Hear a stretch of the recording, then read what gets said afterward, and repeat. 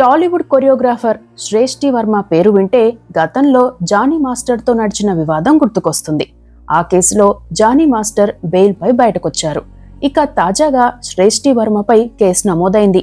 తన సోషల్ మీడియాలో గాంధీ, నెహ్రూలపై చేసిన వ్యాఖ్యలే అందుకు కారణం. తన సోషల్ మీడియా ఖాతాలో స్వాతంత్ర సమరయోధులు మహాత్మా గాంధీ, జవహర్ లాల్ నెహ్రూలను తీవ్రంగా దూషిస్తూ వ్యాఖ్యలు చేశారు.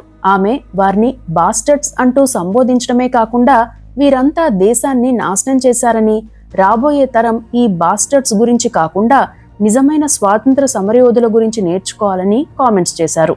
అంతేకాకుండా పాఠ్యపుస్తకాల నుండి వారి ప్రస్తావనలను తొలగించాలని, వారి జీవిత చరిత్రలను తెలిపే అధ్యాయాలను పూర్తిగా తీసివేయాలని ఆమె డిమాండ్ చేశారు. వారు దేశానికి ద్రోహం చేసి సర్వనాశనం చేశారంటూ ఆమె తన అభిప్రాయాన్ని వ్యక్తం చేశారు.